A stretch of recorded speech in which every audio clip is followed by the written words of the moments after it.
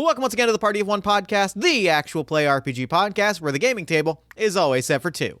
I'm your host, as always, Jeff Stormer. This week on the show, I am joined by Nala J. Wu for a game of an altogether different river. Nala is an art director at Hunters Entertainment, an award-winning illustrator, layout, voice actor, a sensitivity consultant, and an actual play performer whose work you can hear on shows such as the award-winning Itaewon by Night, which is genuinely, for the record, one of my favorite actual plays of all time. You can find a link to that in the show notes, as well as links to everything else that Nala has going on. An Altogether Different River is a GM-less role-playing game about a town, the people who have left it and returned, and the people who stayed behind. It is about returning home and grappling with what has and what hasn't changed. It has been some time since you've left home, but it's now finally time to return. To what, though? The home you held in your mind and the home you will encounter again will not be the same. You are not the same. You cannot step in the same river twice. You cannot go home again. This game is beautiful and heart-wrenching and special, and I love it to death, and I was so excited to get to play it on the show. And you can find a link to get your own copy of An Altogether Different River in the show notes. And with all that said, let's go ahead and throw it over to me in the past so that he can get started with the show. Take it past me.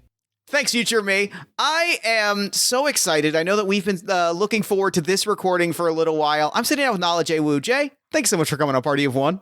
Hi, thank you so much for having me. I'm super excited to be here. I'm so excited. Not least of which because we are going to be playing genuinely one of my favorite games ever written. But I'm excited to play a game with you. I know that we have been talking about this recording for a little bit, and just getting the chance to play a game with you is going to be a really joyful experience for me that I am super, super excited about. I'm also excited. I hunted you for sport at PAX Unplugged, and now I'm here. This is true. Well, and really, I probably should have announced this publicly. That is the prize. The prize is that you come onto the podcast. Oh, okay, It is sort of the reward. This is how I got on. Vinitia, take notes. Vinitia. I'm gonna bleep that line specifically because we do not want Vinitia figuring out that it is that easy.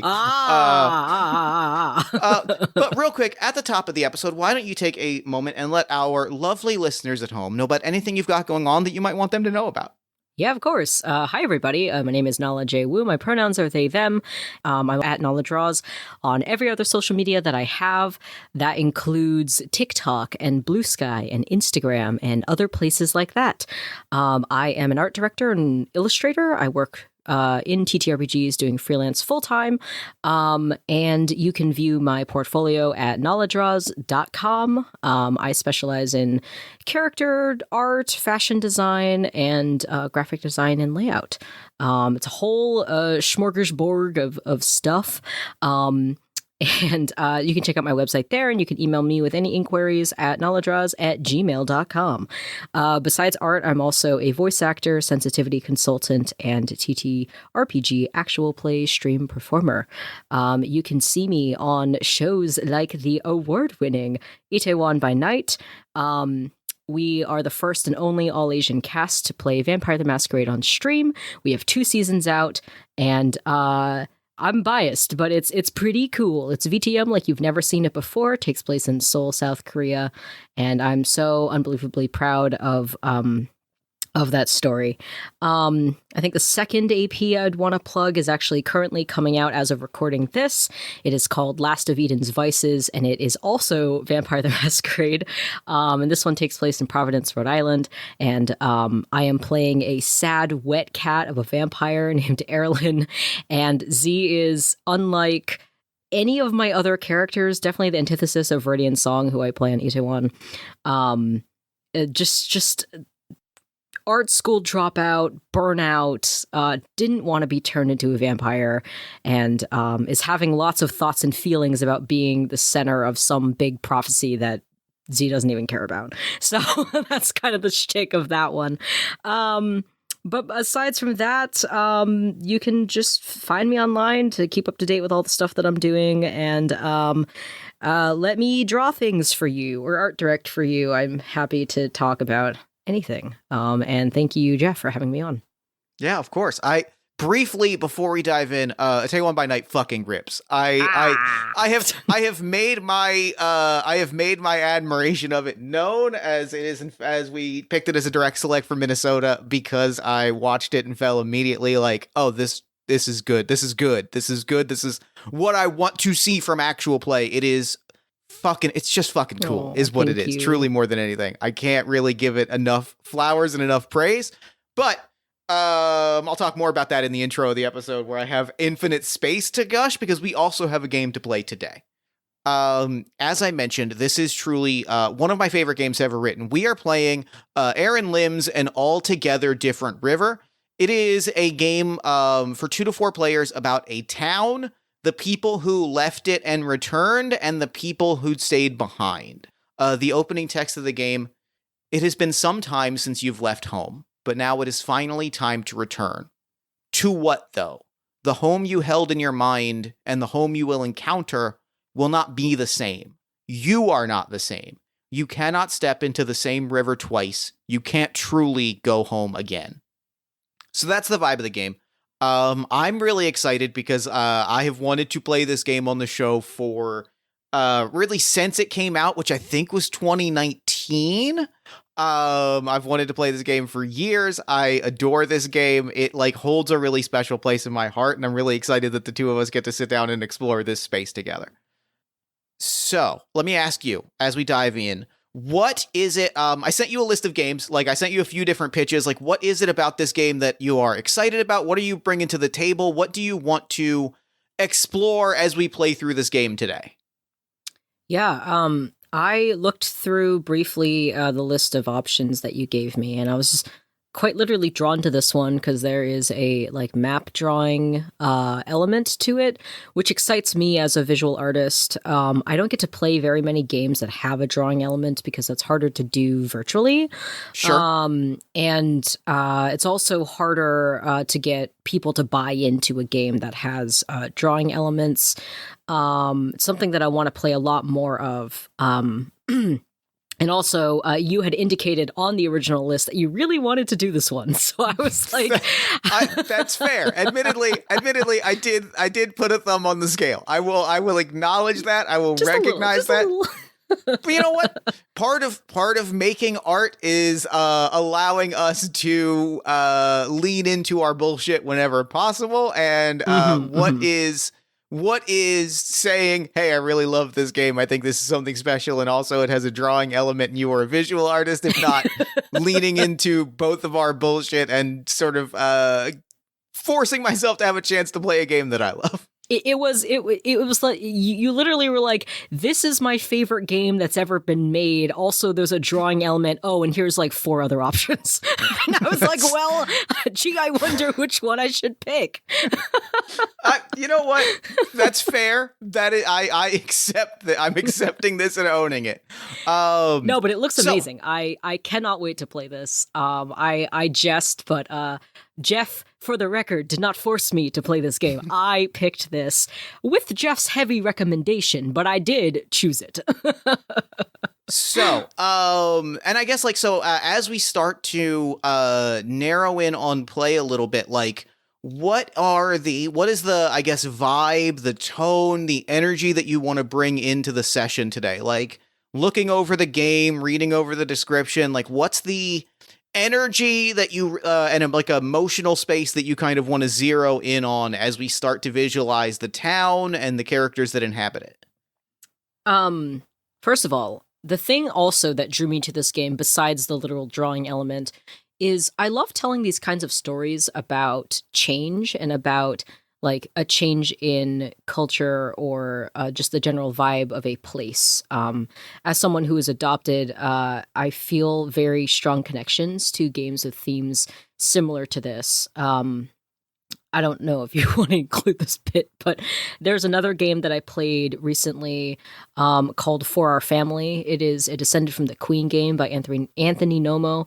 And in that game, the premise is somewhat similar, where you play children of immigrants and you live in a place which is not where your family is from. And in the game, you journey home to where you are from. And there's heavy themes of immigration and that sort of immigrant experience. I got to play it on the TTRPGs from Maui charity event that I organized this August. And I got to play with an incredible cast, including my friend Darby and Steve and Abria Iyengar and Jen, who's on E21 with me. Fucking incredible cast. Can we curse? Yeah, 100%. It's Okay. on. I put it on the guest form with as a question with an answer. Oh, Fuck okay. yeah. Cool. Yeah, incredible cast. And that game punched me in the gut several times. I love. I mean, I love that. I have the hard copy of it behind me Oh, somewhere. I'm so jealous. My I art played is it. in I there. played Did you it know with that? Nomo. I did not know that. That fucking rips. Yeah, I did. that I makes me did. so I think two cards in that game. Yeah. It's super super cool. But now you have pieces of my art. Isn't that cool? That makes me so happy.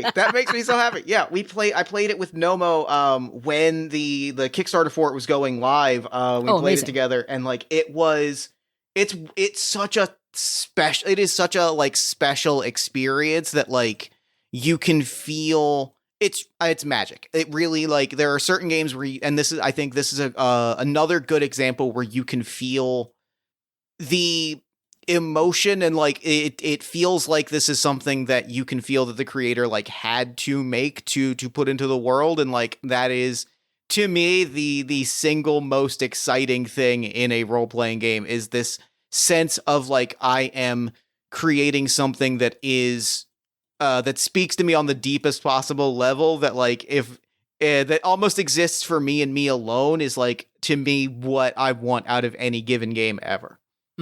I absolutely agree.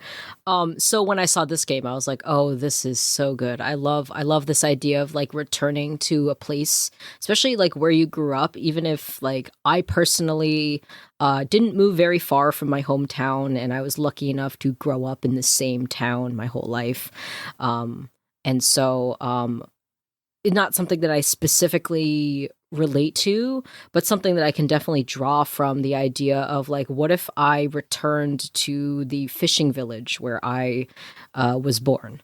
Because I got to go back once, and it was such an incredibly moving and powerful experience that makes me feel I don't even know if sad is the right word. I think bittersweet is more of an apt term to describe how I feel about that, because I think it's that tugging of your heartstrings where you know like this is where I'm from, and had fate been different, I would have grown up here. Sure. Yeah, absolutely. 100%. And it's like this tiny fishing village off the coast of southern China. So it's like really, really small. And so when I went back, I knew that the chance that I could see someone who was a part of my family by blood was very high. It's a very small village, and everybody there looks like me. And that was also weird, because even within like Chinese communities, like everyone looks so different, and I'm from so far south that Chinese people from the north don't think I'm Chinese. It's the weirdest. Like colorism is such an issue in Asian spaces, especially East Asian spaces.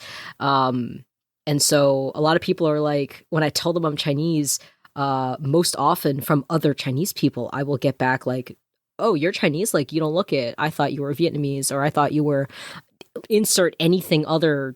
Just because I'm a bit darker, especially in the summer, I get very tan. So like that's a weird experience growing up. But to circle back to your original question, I'm interested in playing through this, like not quite sad, not quite melancholic, but something a little bit maybe bittersweet, maybe something with a balance between like serious and lighthearted moments. Yeah, for sure. That's kind of the vibes that I was getting from this game. I love a good comedy. I'm very funny. Did you know? I'm so funny. The thing is, I'm very funny. I'm very funny, but to me, this game doesn't seem like the kind of game where I think immediately facilitates comedy. So I think I'm also, interested in, having moments of levity, but sticking more to this like very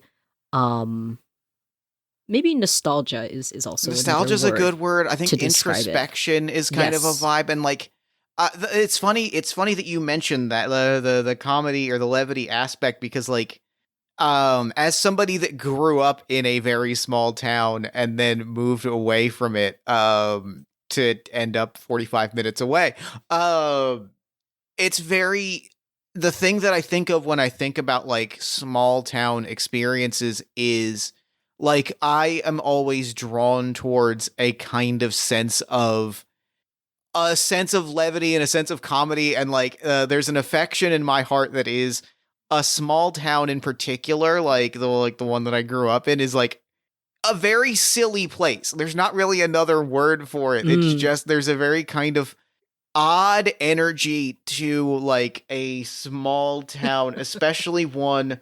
And this kind of, I think, is going to segue us into like starting to build out the town, which the town then and the town now, of kind of the energy that I think I am bringing to like visualizing the town is like a space that is a little bit in the shadow of like a larger entity, right? Like the town that I grew up in, Mount Holly, New Jersey, is Joyzy. Good old Joyzy. It's about like half hour to 40 minutes out of Philadelphia. Go Birds. So like it is like in the shadow very much of like one of the larger cities in America. And so like that energy, to me, like there's something very powerful in that. And if we're playing on the themes of leaving and coming back, like it almost adds this element of inevitability of like there is this, it's kind of a gravity thing, I would describe it as, right? Like there's this sense of like there is this very large presence that pulls on you in a very kind of imperceptible way that I think like is very present on my mind as I start to think about the town that we're building. Mm-hmm. And so with that, we're going to start building our town. There is a list of elements in the book on page 6. I can read them off. We are really just going to like choose an element or an adjective. Each of us is going to like quietly choose an element. Those elements are air, water, earth, fire, ice, wood, stone, metal, space, void, mist, clouds, mountain, valley, lake, cave, island, volcano, beach, river, plains, swamp, desert, smog, animals, flowers, trees, insects, walls, stilts, tunnels, and dream. And like we're just gonna pick those, or like if there's something that kind of sparks our mind, a vibe, an adjective, a phrase, a feature that we want to throw in, we're gonna pick an ingredient. We're gonna write one down, and then we're going to reveal them to each other kind of simultaneously. Mm-hmm. I am looking at this list. We pick one, right? We each pick one, and then we kind of see what the middle ground between them is. I think I've got mine. I think I'm torn between two of these words. They're very good words. It's a good list, is the thing. Yeah. There are so many like very good evocative that make me like I feel confident in the one that I picked, but I am still looking at 4 others. What are the odds we pick the same one? 1 in 1, 2, 3, 4, 5, 6, 7, 8. 1 in 32. All right. How are we gonna reveal? How do we do that? What's the word? What's your ingredient? I'm throwing you volcano. I threw out dream. Ooh, that was my second choice. I'm so glad. I'm glad that we locked in. Dream just is dripping with, there's so much to it, and volcano is very compelling to me. Mm-hmm. This is very good. So what are we? Now we're kind of describing the size and makeup of the town, the essential nature of the area around it, just kind of pulling together the theme of it. What do we want? Like, do we want these to be literal elements, metaphorical? Like, what's the vibe in your head looking at the words volcano and dream? I have a vision. Hit me. And I'm not sure if this is something you're interested in. Because it does lean a bit more into fantasy rather than something that's more like grounded in like a modern reality. Sure. But what I envision immediately is a town, a really small town built either into the side of or very close to a volcano, which may or may not be active, which may or may not have been active in the times that our characters have been living or in this place. And I think the volcanic eruptions obviously destroy a lot of things when bleh. I'm going to restart that. Volcanoes can be incredibly destructive. However, I think the soil left behind can be very fertile. And I think that's something that maybe our town is known for. And then with the dream element, maybe there's some kind of like fantasy religion where we like walk up to the top of this volcano and we can commune with the deities, or there's some kind of like, maybe there's like drugs in these volcanic rocks. I don't know. Can I throw you a dream pitch? Because like like the idea of this town being on the side of a volcano is great, and like it ties into kind of it perfectly kind of maps to the visual that I had in my head. I'm thinking about Dream and the idea that this is a town that you come back to again and again. What if this is a town that exists, like the town, like it is in between worlds, for lack of a better way to put it, and it appears like it is reachable from our world. Like you can come from our world and walk through the town and be in the town only in the immediate aftermath of a volcano. Like it is the fire and the lava from the volcano. The town emerges on the side of the mountain for a small period and then disappears again until the volcano erupts a second time. Oh, so we live like inside this thing? Yeah, so like we, like the town, like those of us that have remained, or those of us that used to live here, live in this town that, like, for lack of a better way to put it, like pierces the wall of this world through the lava of a volcano. And like, imagine you're watching a video of a volcano and slowly like buildings emerged out of lava, and it was just like a normal town for a couple months. And like the ground is smoldering, and like the minerals are seeping in. And maybe to that earlier idea, like there is another city, another village, another place that lives a small ways away from the volcano, and like it just another town appears in the shadow of this place when the volcano erupts. For a couple months, there is a town that that people from this city can come and visit, and people from this town can go see other places and maybe leave the town and come back only when, like, it is only when the volcano erupts that you can enter into this town from this place. I love that. Yeah, that's cool. This rips. I'm already excited. I love this. I love this vibe. I love the energy. I love the visuals. Okay. So, what are the elements of the town that are timeless and immutable? These are the things that we're going to draw on the map together. We're not going to go into too much detail because we're going to flesh out the map during play. But once we start to like lock in on specific locations, residents, or traditions, we will move on to the next phase of play. But like, what are the essential elements of the town as we see it in our heads? We have a shared magma board that I am popping open and just grabbing a pen to start doodling on.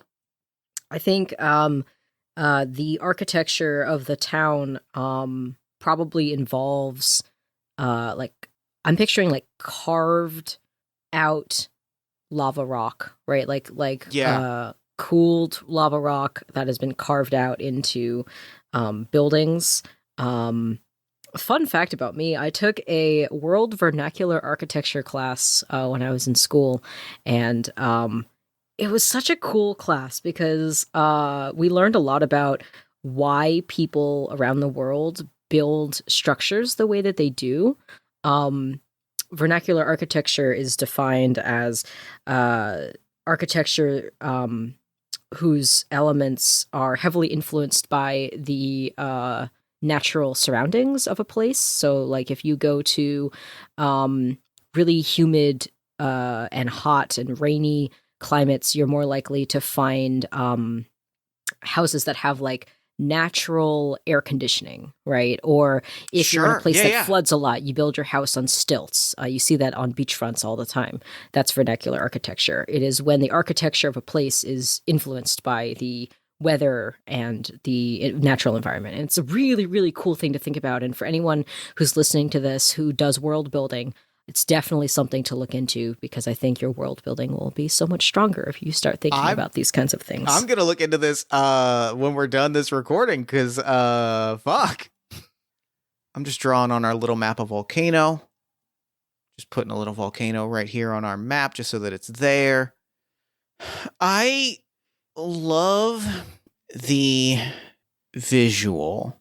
Like, I'm picturing like I'm picturing like obsidian, right? Like this very dark kind of crackling stone a little bit, and like there is a kind of the how do you even describe it, the like structure of that, or the way that kind of formulates, where it's a lot of like jagged edges. It's that mix of very jagged edges but also flowing in a very specific way. That's kind of the image that I get for a lot of the like how the buildings have been carved. It's this sense of they have this energy of, there's a real joy to like describing things and watching art being formed in front of me. This is great. I'm loving Sorry, this. I'm drawing over what you drew. No, please. Like the nature of this is that we're both going to be drawing and throwing things, and that's going to involve drawing over stuff, and that's A-okay by me. So like there is this sense of, I think that's kind of how I vision a lot of the buildings as they've been carved out, is that they have that kind of spiky, flowing. They kind of almost look like waves coming out of the flowing water. Is like there's this big spike of a wave, and like that is the visual of the building to me. Do you imagine the buildings like in the top crater bit of the volcano, or in the sides, or both? I am kind of envisioning them like on the sides, I think, is where I'm kind of envisioning. Like, I'm going to draw in a little. Yeah, I think that's kind of what I'm envisioning. Kind of a like, or like a, almost like a wave, and then like a little door. Kind of hitting the vibe exactly. Like, yeah, like that. This is good. That's the energy exactly. Is like they just kind of imagine the sense that they almost emerge from the side of the mountain as lava is flowing around them is like so fascinating to me. I love this. Do we want to move on to the next section? Is there anything else that you think is really essential that we sketch out before we jump into the town itself, or before we jump into our characters and their relationship? I don't believe so. Great. So I've copied the image. We now have two versions of our town: the town then and the town now. For our purposes, left is the town then, right is the town now. But so we have two versions of our town. There's then and now, and we will add different features to different versions of. We'll add different features to different versions as we play, as we introduce elements. But now it's time for us to meet the characters that either left and returned, or who remained. Because there's two of us, I think I would like it to be that one of us is someone who returned and one who remained. That feels like a good energy for two to get the most perspectives. Is there one of those archetypes that you feel you would like to create a character around? I think both are really cool in my initial read of this, but I think I was more drawn to the idea of returning. That feels good. I feel really drawn towards remaining, so this works out really perfectly. And I'm going to... So, how this is going to work is we each have like a small bit of like character building, and then we're going to choose names and relationships after that. Mm-hmm. A returned character is someone who left the town long ago, when it was the town then, but has just recently returned. For return characters, you will choose one item that you carry with you and one item which you left behind. There is a list here. What have you left behind and what do you carry with you? A lot of these are really good. But I think the two that I'm drawn to, I would like to carry with me the burden of obligation, and I would like to have left behind. I think I would like to have left behind a bitter curse. Oh, okay. All right. Yeah. Great. Yeah. This is good. A good like. There's a lot of choices that put in a lot of directions, and that leaving behind a bitter curse, fucking rips.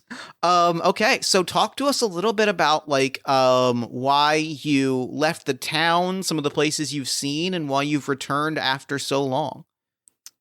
My immediate thought was that I think this curse has to do with why this town appears and disappears.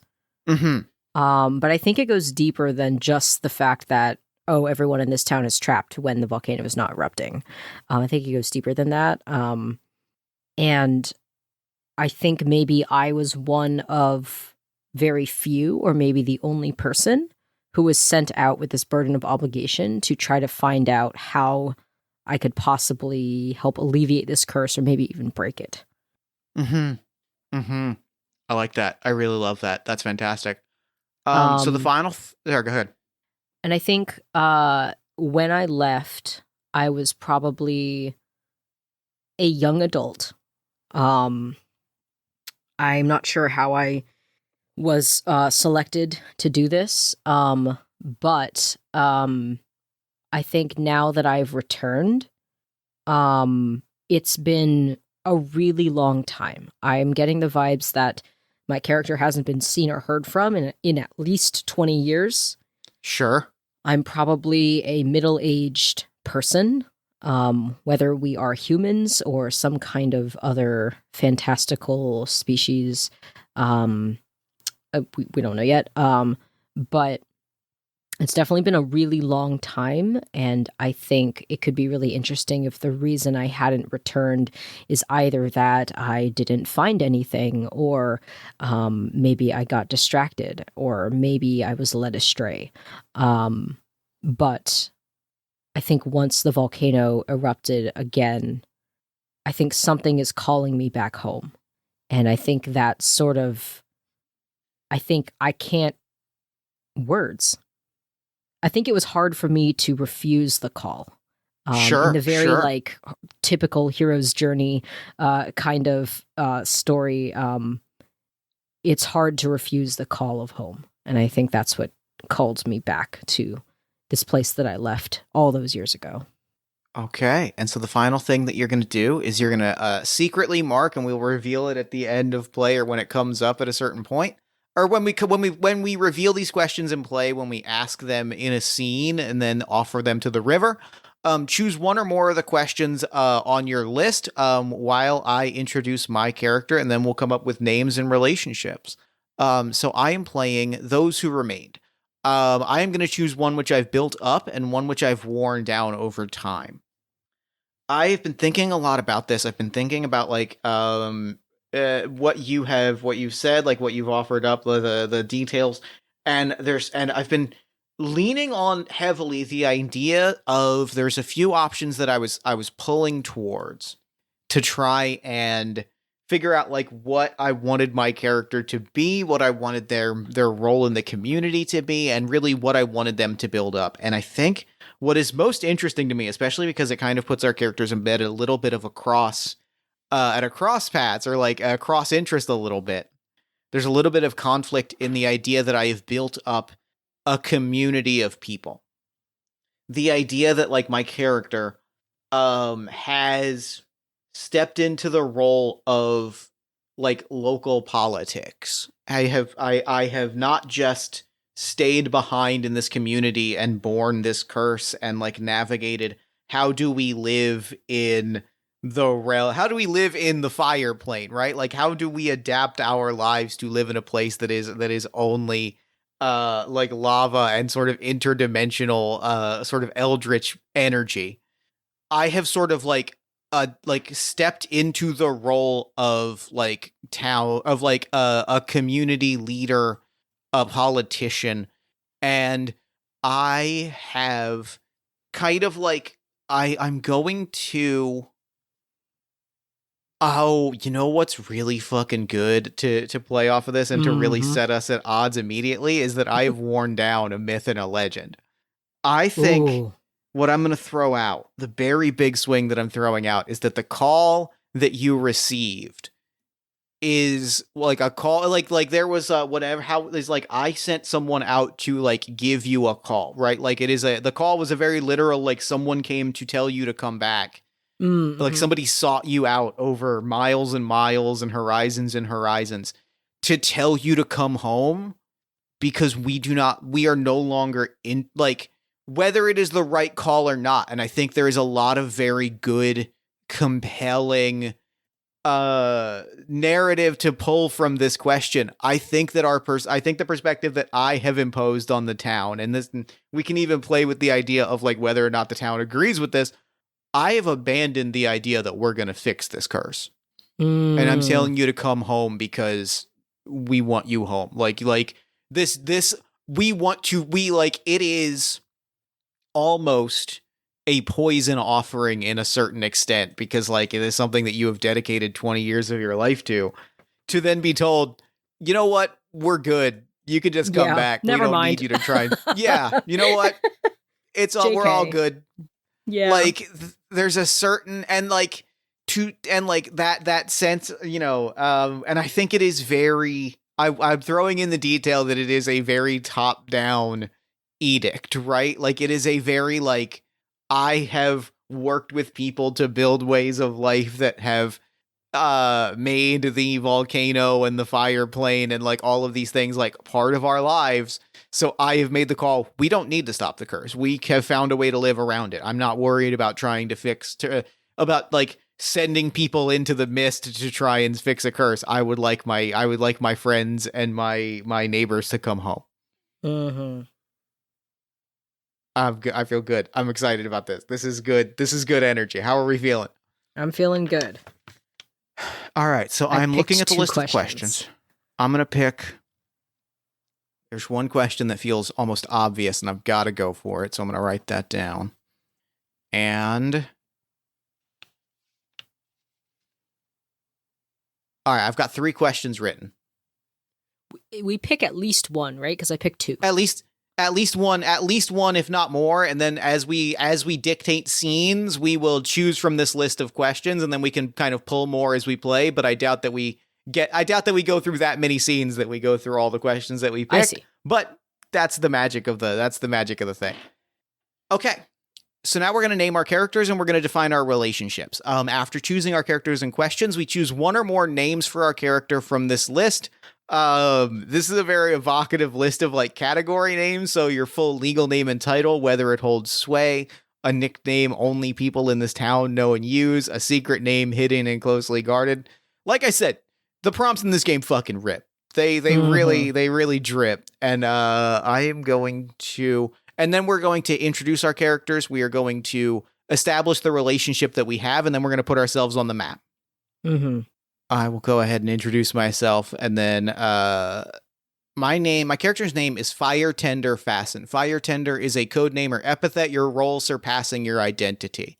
Fire Tender is the name that I have like assigned myself a little bit. It is and like I'm debating, maybe I'll even throw this to you, see what you think about it. Like, do you think that which vibe, I guess I'll ask, like, which vibe is more exciting to you? Is it that I alone have sort of like instituted instituted this role in the community that is built around like helping us navigate living with this curse? Or is this like a collective or a group within our community that have all kind of organized around this theme, and I am just either one of them or the leader of this faction? Which is more exciting to you?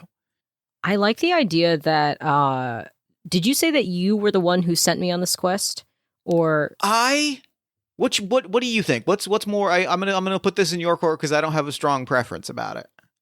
because what I think is interesting is that if the town I left was leaning a different way religiously or whatnot, and really believed in sending a chosen one out to free the town of this curse or whatever. And I Sure. was the champion chosen by the town or whatever. That was done by maybe like a matriarch or whoever was like sort of the Sure. town leader kind of vibe. And then after I left, I think it's been so long that I can see your character being someone who didn't necessarily like manipulate people or something, but definitely like you rose the ranks politically and you gained a lot of followers because you, for lack of better terminology, like you were preaching something different. And maybe what you were preaching was this unyielding hope that things maybe can be better. And I think part of that was coming to terms with and accepting Sure. the Love that. situation that our town was in. And I think people were tired of the previous, culture of just being like, we're stuck here. We want to get out someday, or We wanna, need an like, escape. Like an escape is the like we have kind of the culture had been built around like we are looking for an escape from these circumstances, and there's a sort of political movement I think that I do like being kind of a figurehead of we don't have to just escape. Like we can be happy. Like we can be yeah, happy we in can be this happy moment. with what we have, because if we spend our entire lives wishing for something else, then we will spend our entire lives wishing. Because has our hero returned? No. They have been gone for 15 years? Maybe there's nothing out there. Maybe they died. Who knows? Like, I think it was very easy for you to gain influence in that way. And then now, as I come back, I think a majority of the town, whether or not they support you specifically as a person, I think overall the town culture and attitude has shifted. And I think maybe it was less that you sent people out to call me back, but maybe it was a little bit more spiritual in the sort of like, I felt the need to return and see how things were going. Oh, I And love that. I like the idea of this very mismatched perception of what's happening. That's great. That's so good. I love that. I adore that. That's fantastic. That's a great energy. Yeah, okay. Then I really like the idea that like then I'm going to establish here that the title, the epithet fire tender, the role surpassing your identity. Fire tender is like it is a sort of political, sort of like a political faction. It is, the fire tenders are like a political faction that is that like has sort of spurred this sort of, we have been surrounded by fire our entire our entire lives have been surrounded by fire. There are people who grew up surrounded by fire. We can find a way to like live in balance with this rather than try to flee it as we have done our entire lives. And like the fire tenders are a community action group of sorts. They are like an organizing group that is around like getting people what they need so that they can live peacefully and like live comfortably and happily in this environment where when we are not breathing the air of our home world and we are instead among the fires, making sure that people have what they need and are happy. And like that has turned into a cultural movement that like puts us at a very natural sense of odds that I really adore. Mm-hmm. Mm-hmm. So what is your character's title? name? I'm trying to think of a title because I feel like some kind of like epithet would be really cool. But my brain is blanking on stuff that is really cool. But the name I came up with is Kylan Suriel. And I think that's Kylan. just my name. I am adding a sheet for us. I'm adding a sheet for us here to put our names onto as a relationship map. Oh, amazing. What do we think the relationship is between our characters? Like, what is like do you think we knew each other before you left? Do you think that like did we have a relationship before you left? Do we have a relationship now? Like, what's the energy between the two characters that we're embodying? I think it depends on how recently I've returned. Mm-hmm. Because I think there's a good chance that I didn't know you when I left. I also Sure. think there's a chance that my character might be older than your character. But I don't know. What are you thinking? I like the energy that like the small town energy that really speaks to me. I think is I'm envisioning that we're kind of of similar ages. And like the small town energy that kind of speaks to me most specifically is we kind of knew each other. It is a sense of it's a very to me core small town experience that there's somebody that you know, but you almost couldn't tell you, like you have seen them 400 times and you could not say what their name is. Mm-hmm. And that to me is to a certain extent like I think is what says to me the relationship between our characters is like the sense of like we probably knew each other, we probably like existed in the same like social spaces, we didn't interact, there was no real connection between us, and like now there is this sort of like vague kind of like there's this vague sort of what I would describe as almost familiarity. You know what I mean? Like this sense of like we are kind of obligated to interact with one another, and there's this sense of like we were almost friends by default, even if we don't know each other's names. Like there's this sense of like, yeah, sure, I know you, like we grew up together kinda, but like I don't have like affection for you. You know what I mean? Does that make sense? Yeah. Yeah. Like we knew of each other, but Yeah, that's I think to me the vibe. the other vibe that I'm getting also is just that like life paths took us on a very different road. Yeah. Because I think again, like if I was relatively younger when this whole thing happened, I can see us being, maybe we were schoolmates, maybe we had some kind of relation, but it's been so long, maybe we may or may not remember each other. Maybe there was some kind of, not like resentment, but like some kind of I don't know, if we were friends, maybe, I don't know. What do you think? I feel like that's good. I like, because that to me is like that's very real. And I'm going to draw a little bit of a line between our character names. And I'm going to write very sloppily as I use my mouse here. Do you want me to write something? Yes. Do you want to write? Can you erase what you wrote? I sure can. I can write. Do you want to something? write friends friends once question mark? I think that to me is the energy of like, we could maybe remember a time where we like spoke, but not in a way that like we remember now.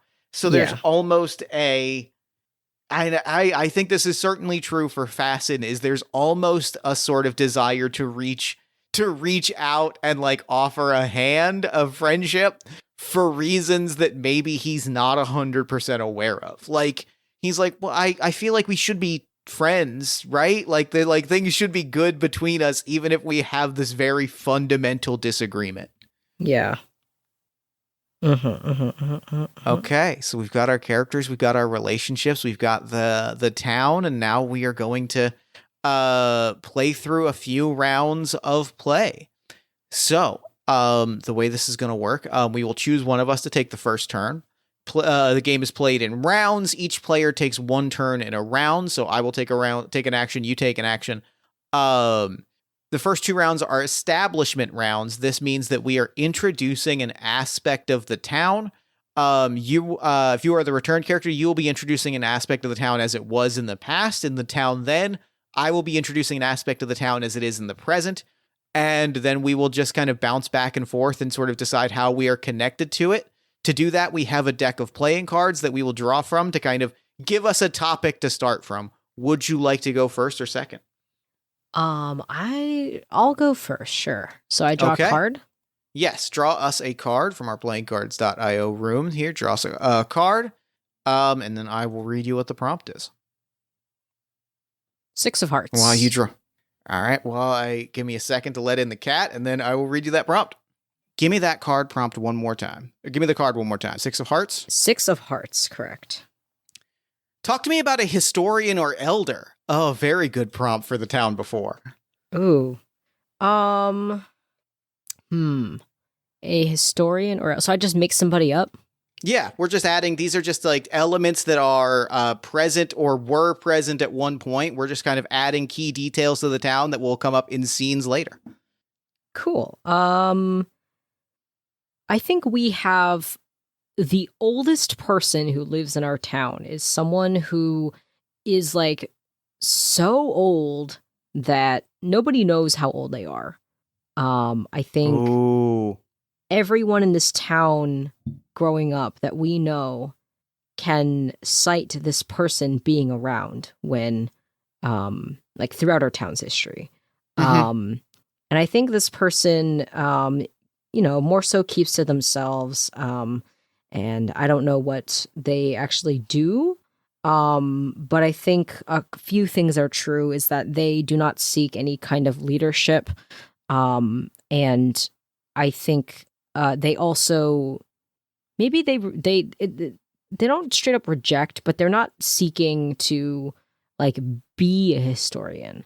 But I think just by nature of how old this person is, they just remember. They remember things, and they remember a lot. And I think it's I'm getting vibes of this person being someone who is hard to get them to talk to you. But if they do talk to you, they will, it's almost like they hold like all of the knowledge and wisdom of our society dating back to times before. That's really good. I was going to ask, do they remember before the curse? But I think times before says exactly that. Okay. I like that. So we get so that is established in the town before. If you would like to draw or write a little something on the town before section to reflect this, as we go and add details, we'll just kind of jot things onto the board. But for now, I'm going to also draw a card. So I am drawing the 10 of spades. Spades are a location.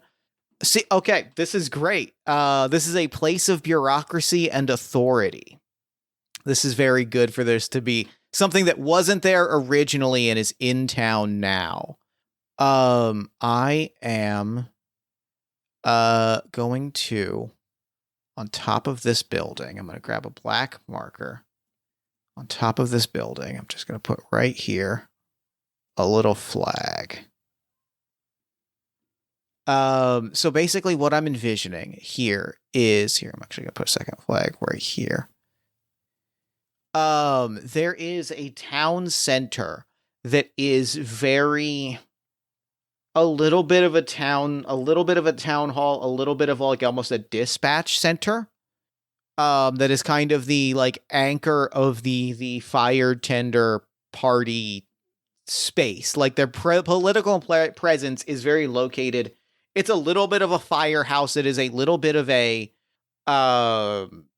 organizing station, but it is as much just a like a food pantry where like a big part of like I think why the fire tenders as a party like gained prominence is we were showing up to where people needed food and water with food and water. Like And I think that like there is like a large building kind of in the center of town that is marked with these sorts of like flying flags that is a sort of centerpiece of like, if you need us, you know where to find us. And I think like it juts out a little bit. Like it is a little bit like it is a very big centerpiece to a town that didn't necessarily always have a very big prominent centerpiece, if that makes sense. And so that is the end of our first town. So we just cycle it back, and we're going to introduce one more pair of elements to our town before and our town now, and then we will we can continue to do so, or we can do explorations and see how aspects of the town has changed, or ask a question and play out a scene. So why don't you draw one more card and give us one more item to our town before? 3 of diamonds. The 3 of diamonds is, diamonds are an event. The 3 is a founding or initiation. Ooh. I think it's got to be the whatever ceremony that Kylan was chosen for. Yeah. That feels great. I think if we're leaning into like the sort of like fantasy religion-esque thing, like maybe that not the historian I just talked about, but the whoever was our leader at the time, maybe this person, we believed them to be to have a direct commune with whatever deities. Maybe it's just fate that we believe in. I don't know. Given that we live in a volcano, it's easy to assume that our deity or deities are fire themed. Yeah, sure. And I can see it being simply that this person believes that the gods believe that I am the right choice to have gone on this journey. And I think there's a big ceremony initiation about that, and it's something that I think almost the entire town attended, something that was widely celebrated. And now that I've returned, the level of not respect, but the level of legitimacy, I think, to those beliefs has decreased, I think. Sure. Love that. And my card is the 9 of spades, which is also a location, and that is, what is that prompt? 9 is a place of conflict and strife. Fight Club. Fight Club. The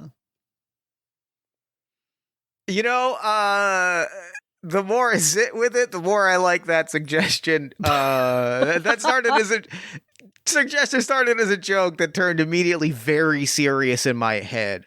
I think it is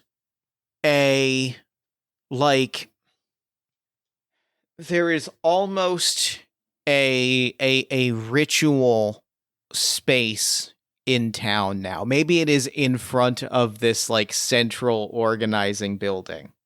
Mm-hmm. There is and this is like a ritual practice that has emerged in the last 20 years. This is certainly not something that was prevalent when you left town. Mm-hmm. There is a fight circle. There is like a rune circle where fire is made manifest, not necessarily brought to life, but like given enough of a physical form where you can like thrash against it. And it is this ritual of like, we have some like the fire is held in place. Someone shows up with like a big hammer or like something to extinguish it, and like physically fights the fire. Like firefighting is a very literal, I am going to kick the shit out of this burning ember obelisk as an act of pure unbridled rage at our circumstance. And like, it is part of the nature of learning to live with our predicament is accepting sometimes that we have an unbelievable amount of rage, and like symbolizing that by just thrashing against it. Mm-hmm, mm-hmm. And that is what I am adding as the second circle. And like the broader sort of like ritual that comes with that is that there is this sort of like ritualizing of and it comes a little bit with like a almost a folk lesson of like, we rage at the fire so we don't rage at each other. Like, we are allowed to be angry, but we are angry at this large thing, and we will find ways to make this thing manifest so that we can thrash at this object itself. Yeah. I think it's a great way of it's not population control, but it's a great way to like encourage people to let off their steam, quite literally. That's, I think, what it really is. It's like the anger is here. The fear is here. The stress is here. We can direct it at something that is inanimate, at something that is non-physical, at something that is representative of the thing that we're really mad at, or we direct it at each other. And if we direct it at each other, we tear the town apart. So it was like creating this practice of like, you're going to get mad. Step into the circle and beat the shit out of a column of fire. Yeah. Do you think the fire is sentient? I have been bouncing back and forth on that. I have been bouncing back and forth on that exact question. I'm going to ask this to you, both from a how do we feel about it from like a safety and content perspective, and also a where do you go creatively if do you think the fire has a sentient element to it? I think it does, but also I think the fire is the one who invited us to fight it in the first place. Oh, see, that I hadn't even considered, and that's fantastic. Because here's my thought process is that I think, going back to our whole religion thing, if the fire is what we worship, right? This lava, this fire, we touch it with something and it bursts a flame. Like that's just how lava works. Yeah. It's fucking hot, dude. And I think maybe the fire is what invited us to fight it. Not because it likes being beaten up. I don't believe that the fire can actually feel anything, but I think perhaps it was their invitation of helping us deal with everything that we've been given. And maybe they think it would help. So then it's less of a like, yeah, we're beating up this sentient thing, and more of it. It still is in line with this sort of like revenance. Yeah, I like that. I like that a lot. And I'm gonna throw in describing how my character how Fasten interacts with this. Like, I think there was like a convening with the fire that led to this idea. Like, because what I really like about that is this idea that the fire is so massive. I love a good entity that is not malicious, but like it does not exist in the same.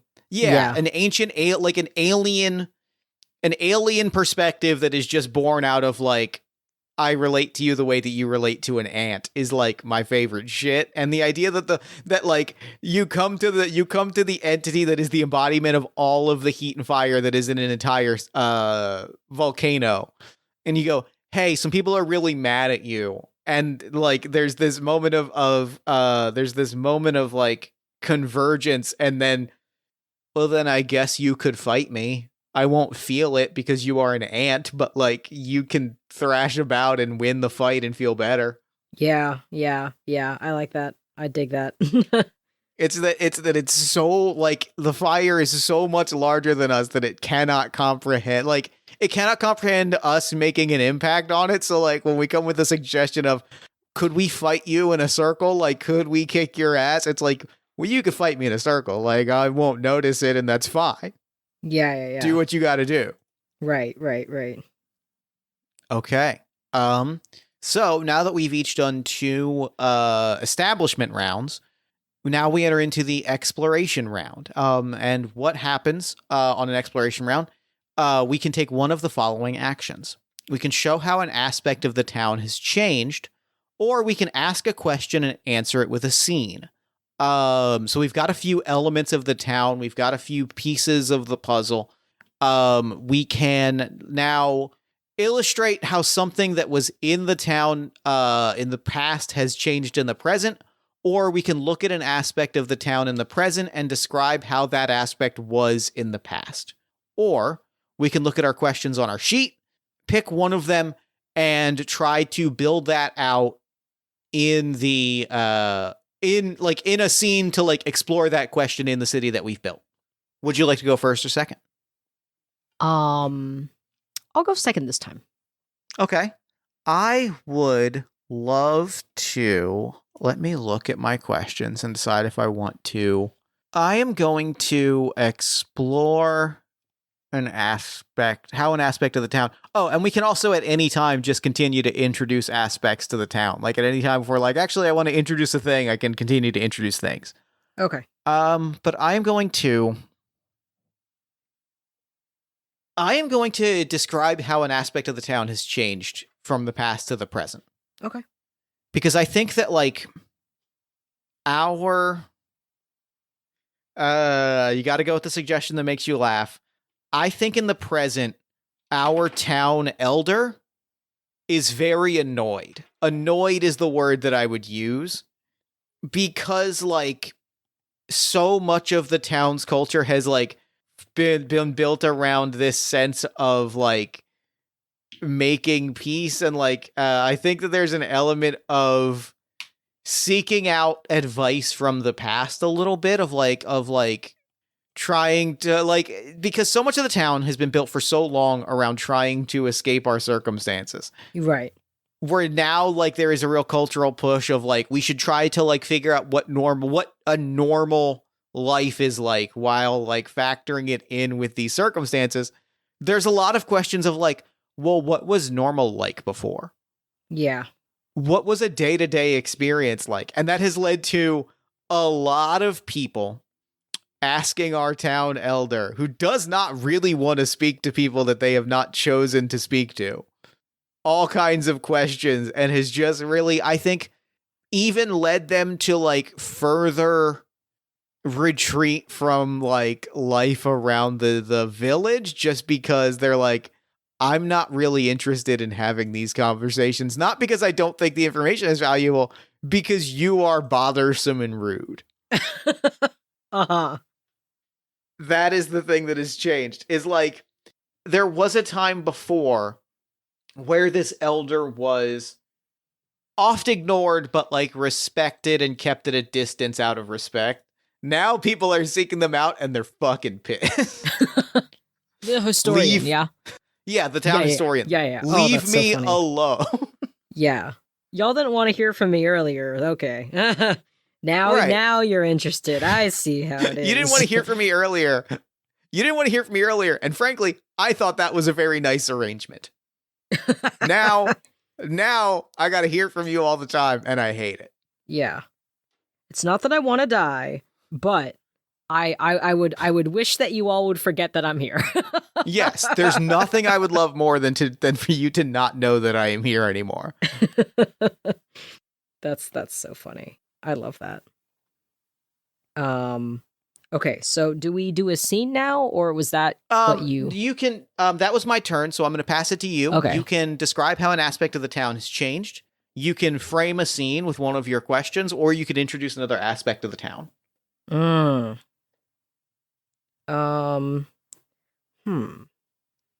been doodling my character this whole time. God, that writ, like, I know I already said it in this episode. It's very fucking cool playing a visual arts game with a visual artist. It is a real treat and a real delight, and I'm very happy. I love these kinds of games. And I also just love Magma. To people who are listening, we're using this like free collaborative drawing program called Magma. It lets a bunch of people draw on a canvas together, and if you're on like an iPad, it has pressure sensitivity, which is really cool. Oh, I didn't even know that was the case. That fucking rules. That's why my art looks really good. If I were to draw with my finger, I would have a standard brush, like a round brush. That doesn't look very good. Damn. Okay. I have a great. Apple Pencil, not sponsored. Anyway, let's see. So, what did I choose for my question? Let me go back and look. Yeah, I had to go back and look at mine because like I was like I don't quite feel like I'm ready to start throwing these questions in. Yeah, I think me neither. Okay, I let want to me get like I want to get a little see bit what more we picture, get. but then I think that I'm ready to like throw some real conflict in the mix. So the options are frame a scene with a question, or we describe what has changed. Correct? Yes, correct. I think one of the things that stands out the most to Kylan when Z originally, when Z first came back from their journey, Mm-hmm. was that the town looks exactly the same, Oh, just as Z has remembered it. In terms of architecture and the buildings and the streets, nothing has changed. But the people within the town, something was off, something was different. And I think Kylan noticed this immediately upon return. Maybe banners that were once held up in the town square have been changed out for something else. Maybe the restaurant that Kylan's parents' best friends ran is no longer there and was replaced by a different restaurant run by a different family. People that Kylan doesn't remember. Because I think at the core of everything, while everything looks the same, the people within have changed so dramatically. that's great. I really love that. That's fantastic. And I really like the implication that like like nothing that this has been this very long cultural moment that like there's almost this sort of stagnation around the structure and the buildings of the town, and like the place itself is kind of fascinating to me. Mm-hmm, mm-hmm. And in fact, that might be the cue that I have to throw in. I'm framing a scene. Mm-hmm. I'm going to start with a question, a very broad kind of question. I don't think that the scene. I think how long has Z been in town? How long has Kylan been in town? Like, has been back when we are meeting in front of this very large circle to watch someone fight a very elaborate fire construct? I think it's been no more than a week. Mhm. I think I'm still sort of like gathering my bearings. I think Kylan has returned to their childhood home. Mhm. I think most of their family is still here. I think maybe one or both of like the grandparents may have passed on, but pretty much everyone's still here because people don't really leave. And I think like I've spent this week sort of catching up with everyone and talking about what's changed. And I think Kylan is now aware that the culture has shifted dramatically, and is, still hasn't really made peace with that. But yeah. Excellent. I think that there is a crowd gathered around one of these fights. Like there are makeshift benches that have been brought out, or like places for people to sit, and there is like a level of enthusiasm, right? Like this is a particularly, I think, cathartic moment. And I Mhm. think this is very much not a tradition that was here when Z was here originally. This is very much a tradition that like you have arrived to for the first time, and this is an especially dramatic iteration of this. And I think like I think Fasten has like offered you a spot, like has like saved a spot for you as sort of the homecoming hero, the returning after a long journey to finally be able to live comfortably at home, has like offered you like a spot that is like you have a very good view of, like somebody who is fighting like a hydra made of lava fire. Mm-hmm. And I think like he is like, how do you react when like he is like doing this like very specific thing where he's the body language that I would describe is very specifically, you have asked your friend to watch your favorite movie and you are a quarter of the way through and you are keep looking over to see if they are enjoying it as much as you do.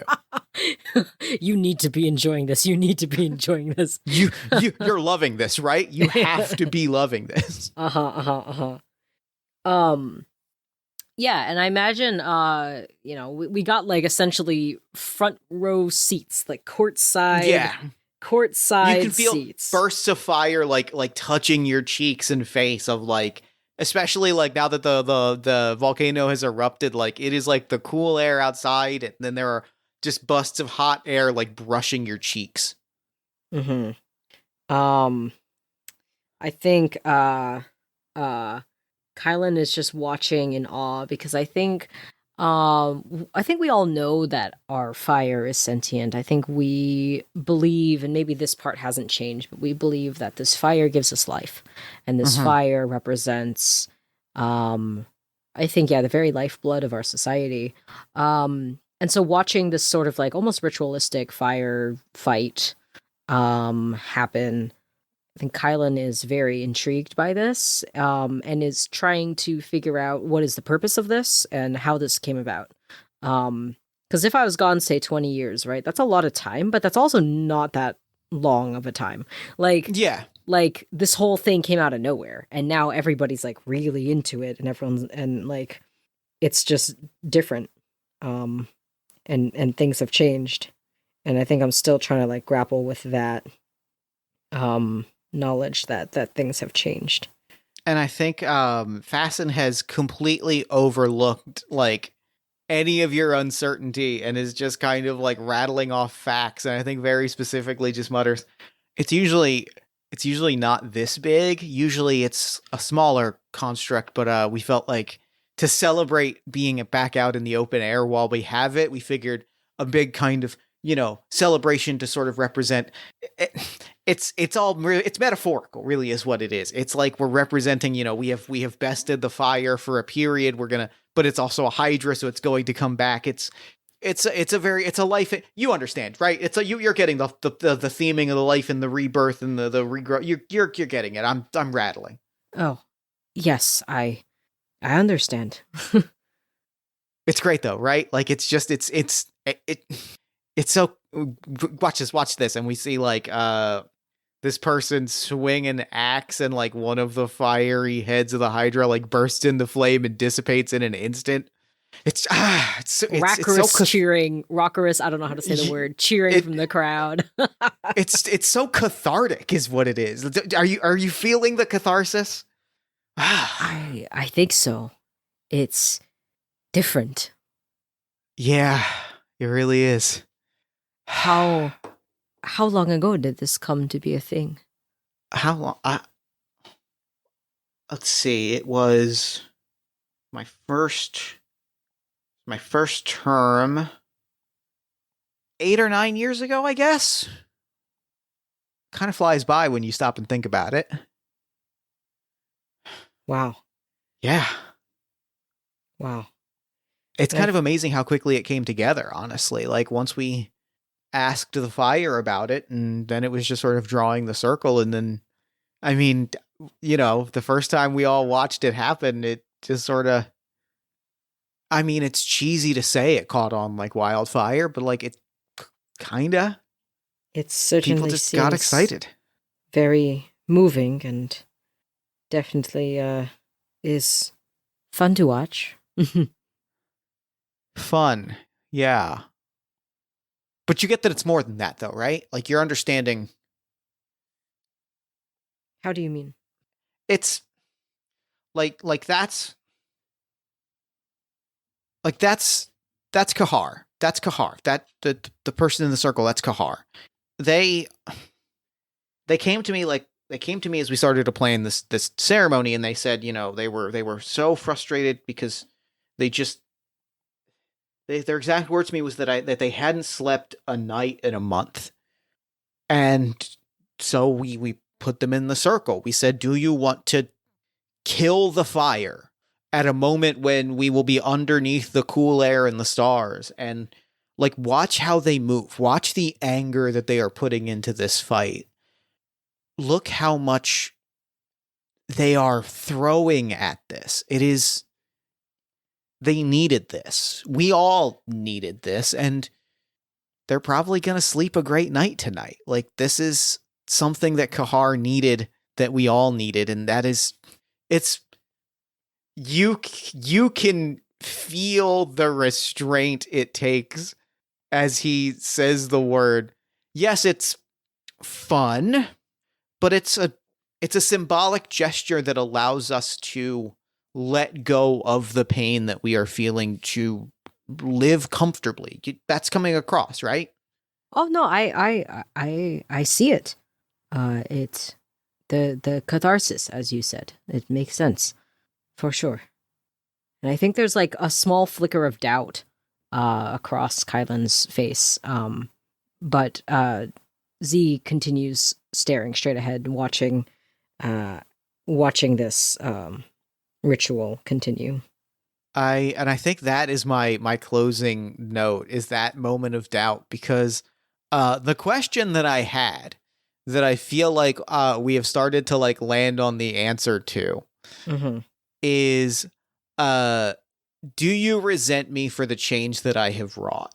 And I feel like that doubt kind of like perfectly embodies that just a little bit. Like, to me, that speaks just enough to an answer of maybe.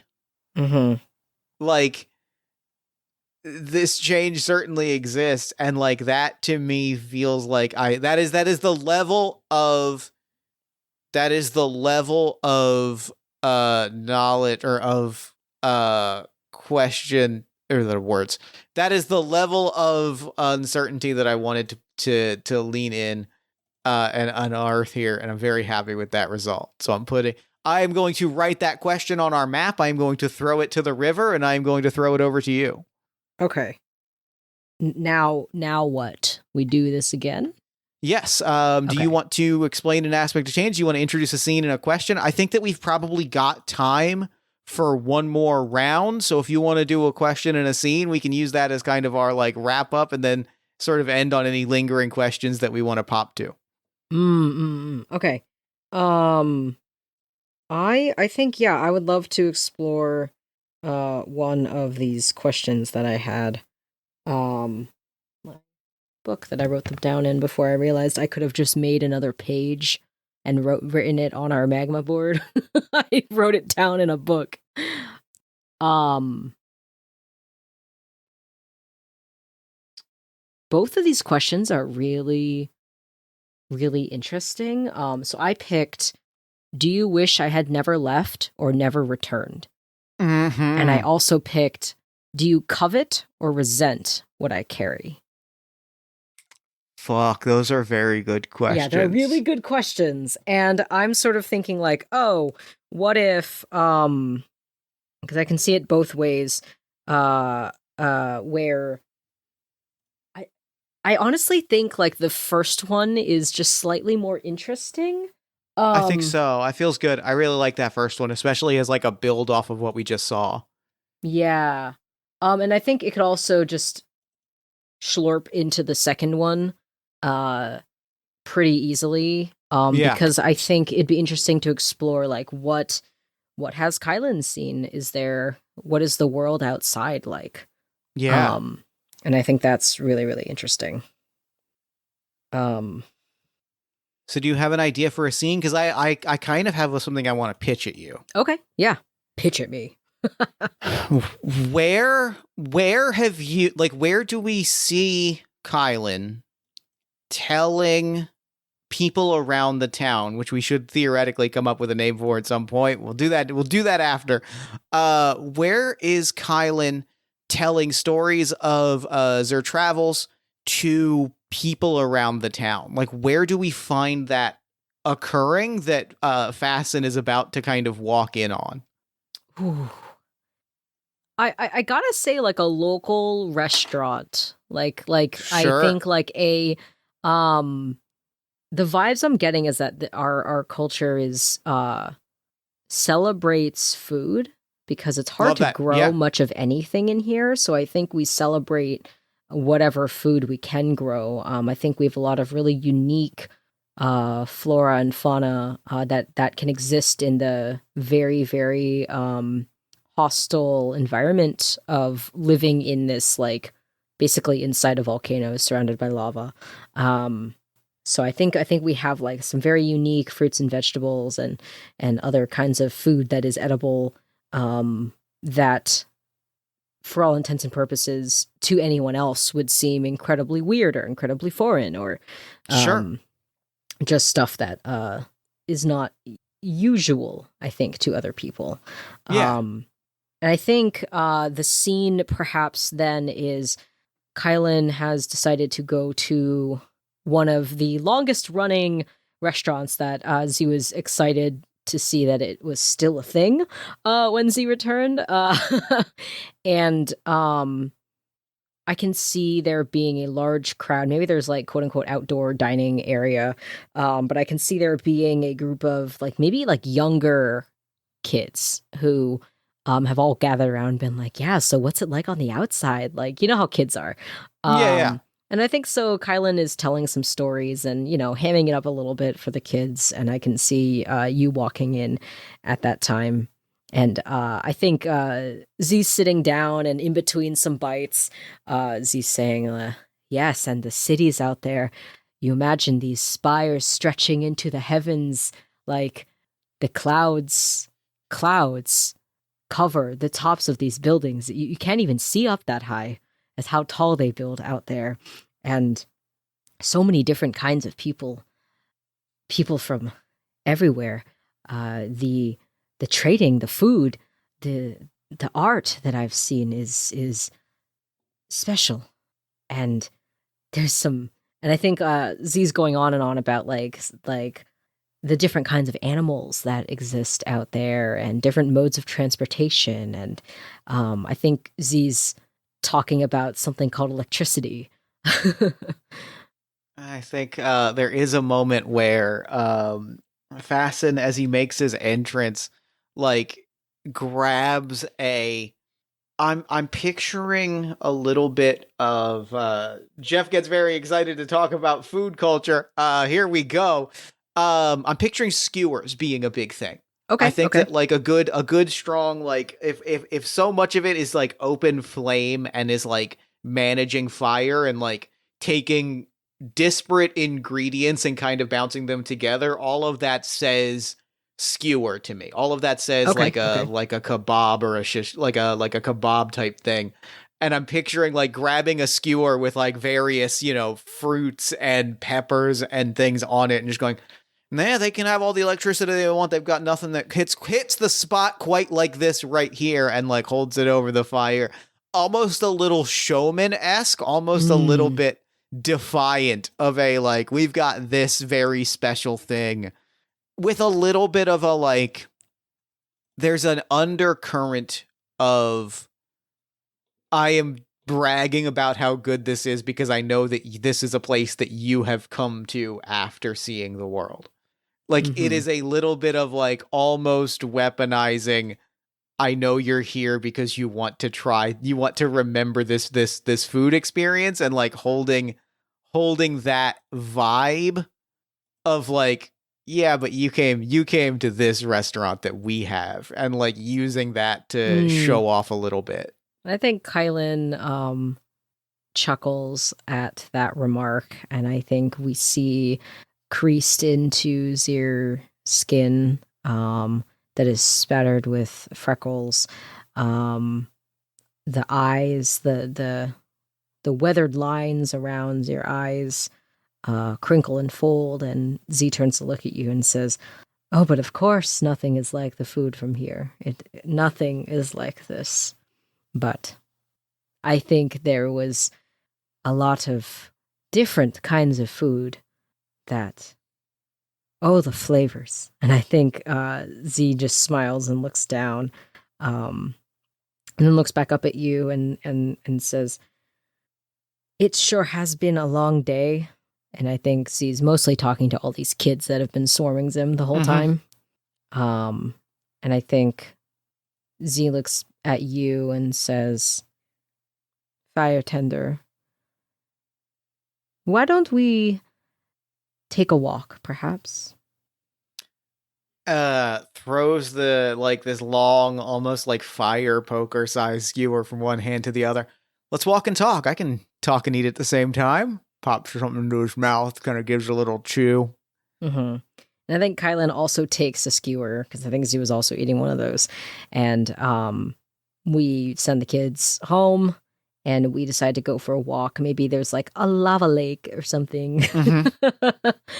I think Kylan walks in silence for a long time and then looks over at you and says, "Forgive me if this is forward, but have you ever thought about leaving?" Pauses. Fasten has been walking with a kind of squared shoulders, for lack of a better way to put it.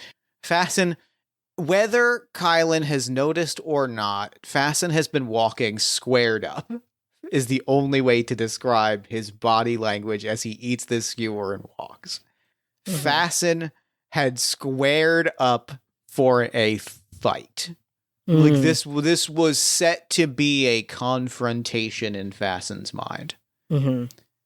Hearing that question, pauses, drops just imperceptibly the shoulders. No, never a day in my life have I thought about leaving. This place has offered everything that I've ever wanted. I see. Is that truly what you believe, though? Have you never wondered about what else is out there? I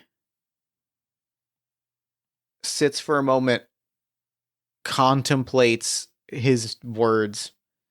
I have never been afforded the freedom to think about what's out there. Why?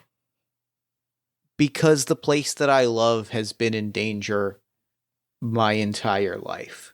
And my entire life I have popped something into his mouth. My entire life I have witnessed people that I care about living in fear and struggle. It is the only thing I've ever really wanted was to take some of that struggle away from the people in this community. I love it here. I enjoy this, and it breaks my heart that the people in my life don't. And I have wanted to maybe give them a little bit of what I have here myself. I see. And so not really, not terribly have I thought about leaving, because there have been greater and more pressing work to be done than imagining. And I feel that for the first time in my life, we're seeing the fruits of that labor. But do you understand? You don't have to imagine anymore. You can leave, even just for a day, just to say you did it. And looking at you for a very long time, I don't think I have that impulse in me. Maybe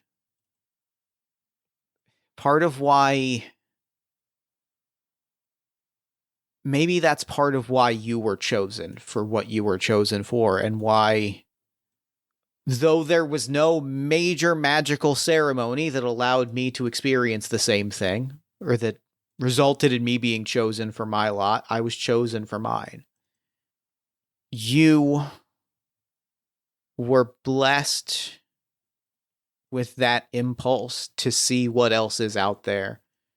I have made do with the blessing that I can see what is burning under the surface around here. Do you believe it to be a blessing? And like the last ounce of that confrontation sinks away. I do. I really, really do. I can't explain it. And I take it from your question, and well, from the last 20 years, if we're being honest, that you don't. I've seen a lot of things in my journeys. I've searched endlessly for what I was sent out to find, and as you know, I found nothing. And so I continued on, hoping that one day I would find what it was that I was looking for. And as the years passed, it became clearer and clearer to me that maybe there was nothing to find, or maybe that my calling was not to find something tangible, but to have an experience and bring that home. And Z looks away for a moment and eats some of the food. And I come back and see that nothing has changed, yet everything has changed. And it's weird. It is weird. It seems like not that we have forgotten who we are or were. It seems like we, not fuck, words. It's not that we seem to have forgotten who we were or where we came from or what life used to be like here. It's almost like people have forgotten why I was sent away. It's not something I am upset about. Because as I said, unfortunately, I have not found anything that answers the questions that we all have been asking since we were created. And I think Z looks at you Z makes eye contact with you and searches in your eyes for any hint of give. You find it. I think you find it almost unexpectedly. Mm-hmm. And I think like you find a give that almost surprises Fasten more than anyone. Mm-hmm, mm-hmm. As he kind of like takes a step back and just sort of like whispers to himself and to you, then maybe, perhaps, there is a path forward where there is no going back to what was. The fire has burned and has moved things away. But perhaps, together, there is space to show. And he looks out over the edge of this volcanic mountain at a horizon that he has never really regarded. At a horizon that even on the occasions when it has been visible, he has never really sat and thought about. Mm-hmm. Maybe there's a way to show what is beautiful out there and what is worth preserving in here at the same time. Perhaps there is a way for us to work together at this. Would you work with us at this? Of course. There cannot be change without a mutual understanding that there is something to be learned by listening. And I think in my years of traveling, I have changed greatly as a person, and I think Z looks a little saddened. I'm not the person I was when I left, for better or for worse. And nor is this town. Things are different. And I think it'll take me a long time to accept what has happened. But I think I just need time. And I think staring out over the horizon just mutters, well, you know where to find me. And he pops one final piece of food in his mouth and starts to walk off. And I think as you walk away, maybe into the hazy dimming of the light around us, Kylan feels almost a release of this duty and obligation of feeling like Z had to save everyone. I think in the journey home, Z had to come to terms with the fact that Z was returning with nothing very quickly. Mm-hmm. And I think that feeling of failure, that feeling that this entire time Kylan has felt like Z's had to carry the weight of this entire community on Z's shoulders, only to find that in Z's absence, it's almost like the town repaired itself. Mm-hmm. And that maybe what Kylan was meant to bring home was not a cure, but perhaps an outside perspective. And I think that is what was needed to help start a process of healing for our community. I love that. I love that. I love that.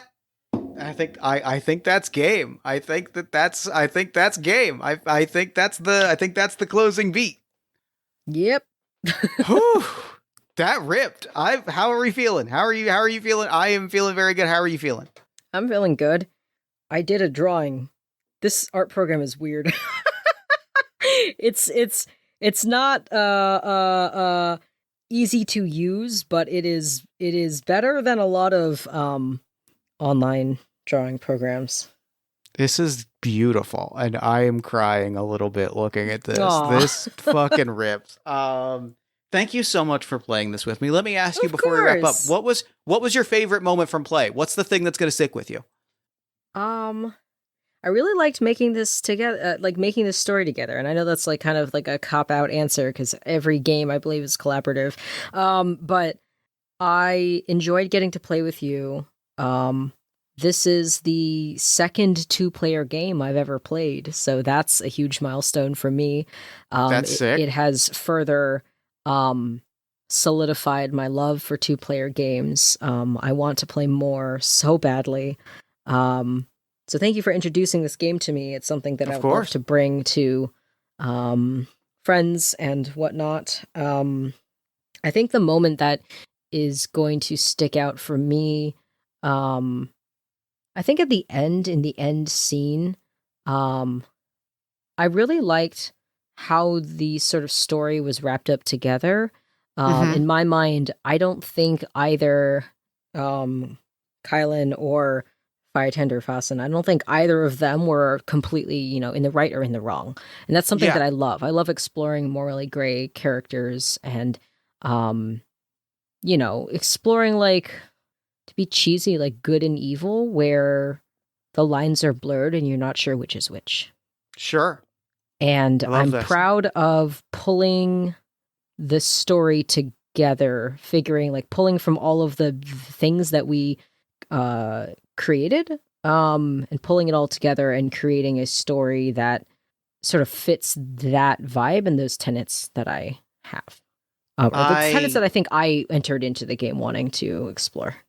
I'm so glad to hear that. I feel very similarly. I think the moment that really stuck with me or that I really hit was there was a real moment of bleed between Firetender Fasten and I, where we both expected when Kylan was like, let's take a walk, we both expected that there was going to be a fight.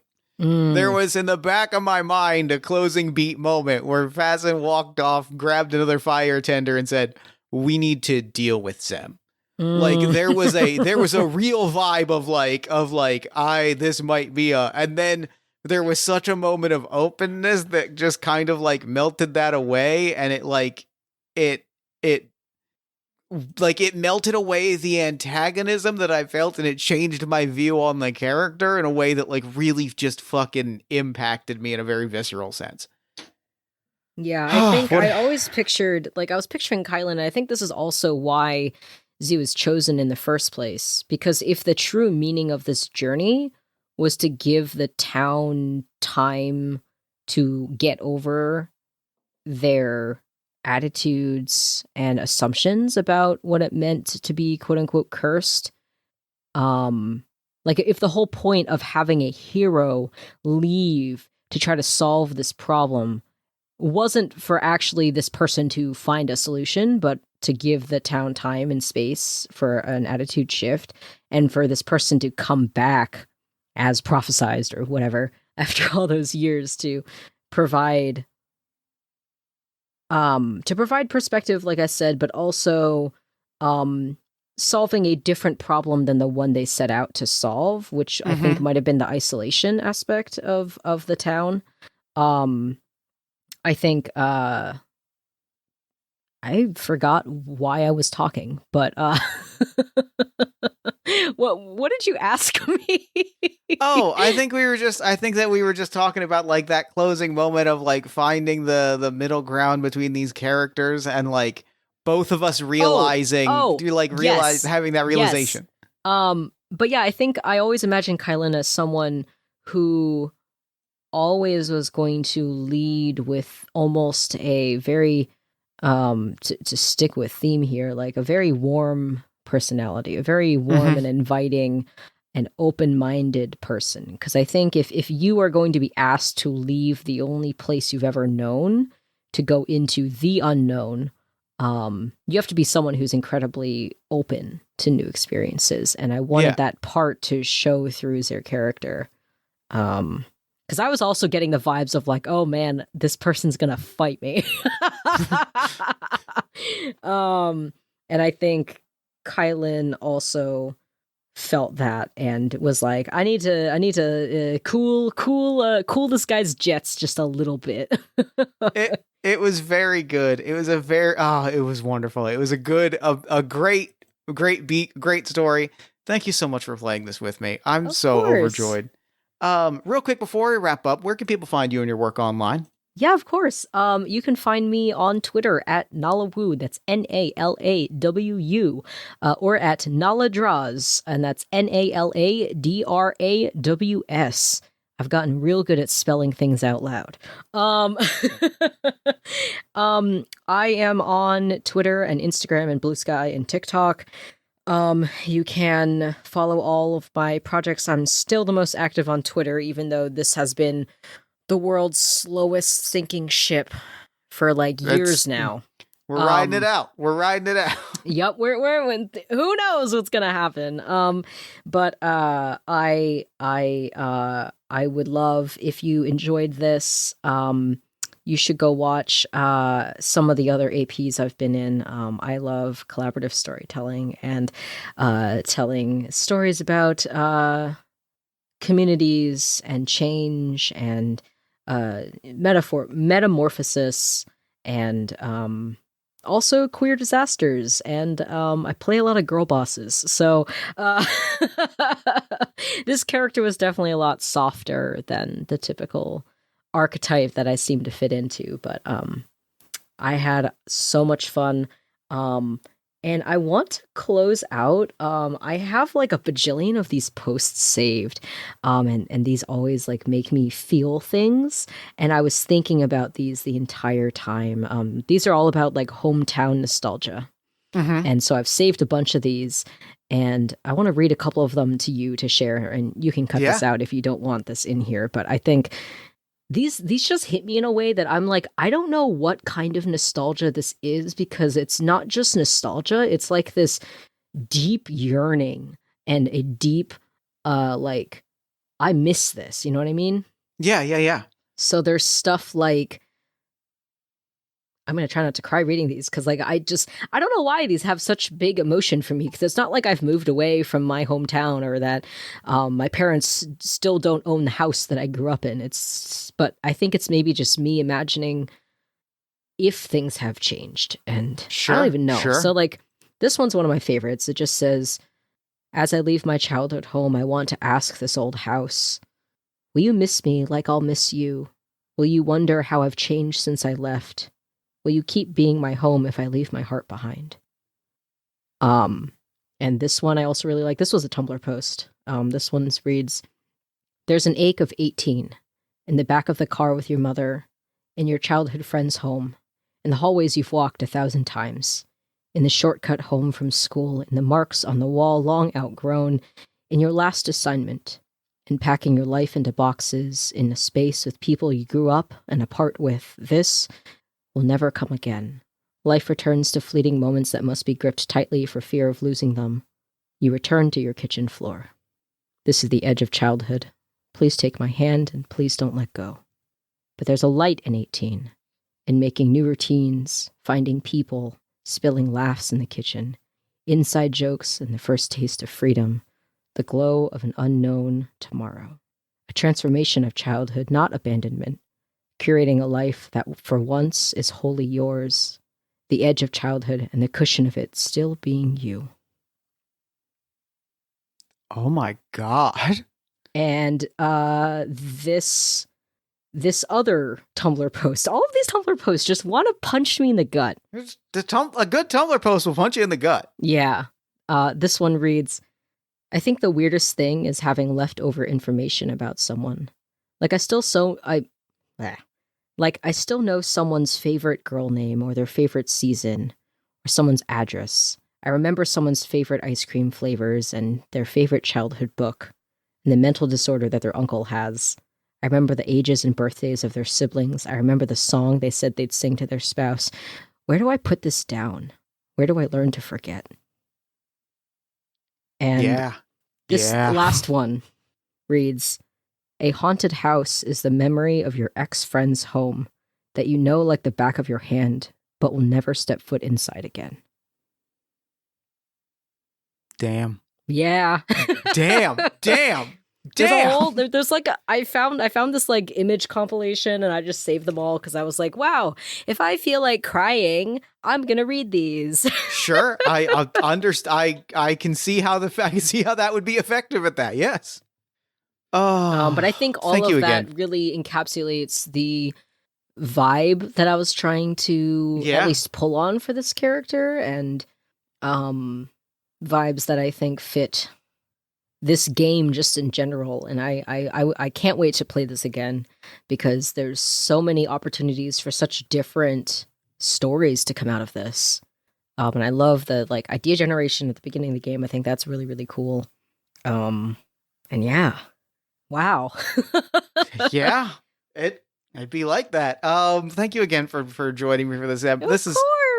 This was something special. And for now, I'm going to throw it over to me in the future so that he can wrap up with the show. Take it, future me. Thanks, past me. And thanks again to Nala for coming on the show. This was, without hesitation or exaggeration, one of my favorite episodes we've done in a long time. This game was truly something special. The game we played was something special. The emotional space that we explored was really beautiful and intimate, and I could not be more grateful. Be sure to head to the show notes for links to everything that Nala has going on, as well as a link to pick up your own copy of An Altogether Different River, and be sure to follow Nala on social media at Nala Draws. You can also find us on pretty much whichever social media you prefer, at Party of One Pod or Jeff Stormer, depending. And if you enjoy the show and you want to support it, there's a lot of different ways you can do that. Subscribe to our newsletter at buttondown.email/partyofonepodcast and join our Discord community at bit.ly/partyofonediscord. You can support us financially at patreon.com/JeffStormer or Ko-fi.com/JeffStormer. You can give us a nice iTunes review, shout us out to a friend, give us some love on social media.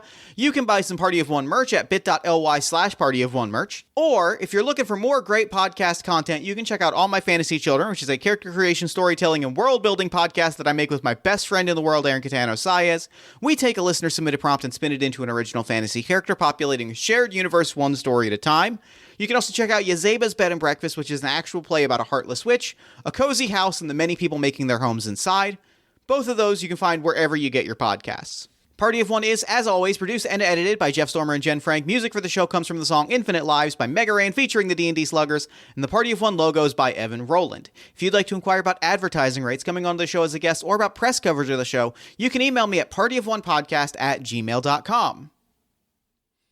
And unless I am mistaken, that is all we do here. So until next time, thank you so much for listening. Remember to fight the forces of fascism every single day. Remember that self-love and self-care are radical and defiant acts of resistance. And as always, party on, everybody.